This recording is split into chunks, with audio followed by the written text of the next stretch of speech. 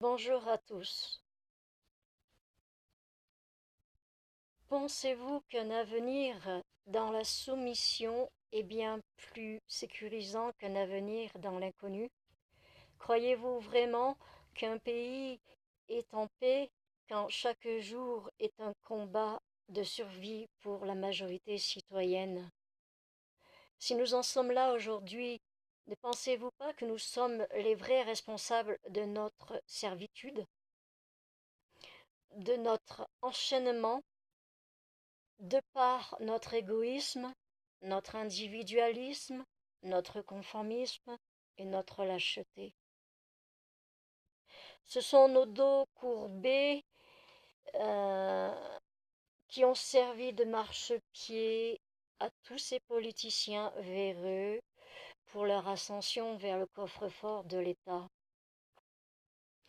La peur de la matraque, de l'amende, de l'emprisonnement nous empêche de dire non à toute cette injustice dictatoriale, à nous rebeller. Pourquoi attendre d'avoir le ventre réellement vide qui pourrait perturber nos esprits sensés et nous transformer en bêtes sauvages, nous entretuant, pendant que les nantis se remplissent le ventre avec les virtuailles volées au peuple et leur servant de distraction jubilatoire dans leur salon de luxe? Le meilleur moyen de renverser un gouvernement, c'est l'union de tous les citoyens.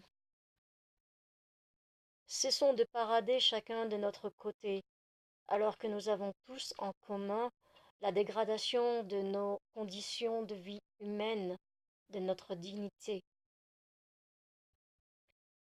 La meilleure arme du pacifiste, c'est la désobéissance citoyenne.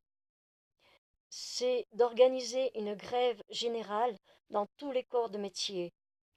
Les blocages des banques, des mairies, des préfectures, des centres d'impôts, qui sont des nids de parasites. Bloquer les accès aux zones commerciales, qui sont la mort des petits commerces de proximité.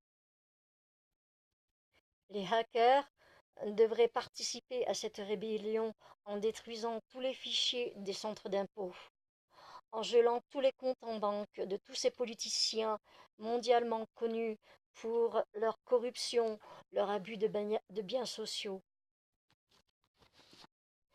Barricadons les palais de justice qui sont des nids de vautours s'enrichissant sur la détresse humaine, sur les victimes de viols, de pédophilie, d'assassinat. Ces magistrats, juges, vocaillons, corrompus, au point de laisser libres des détourneurs de millions, alors qu'ils ne se gênent pas de juger, de rabaisser et d'enfermer une femme, une mère de famille qui a volé un peu de viande pour nourrir sa famille, ses enfants.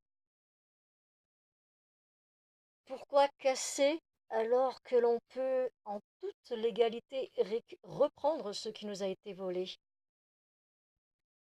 Si nous voulons un meilleur avenir pour nous tous et nos enfants, cessons de le rêver, mais créons-le en désobéissant, en nous unissant. Seul notre flegmatisme, notre déni de la réalité engendrera la perpétuité de notre esclavage et des nôtres.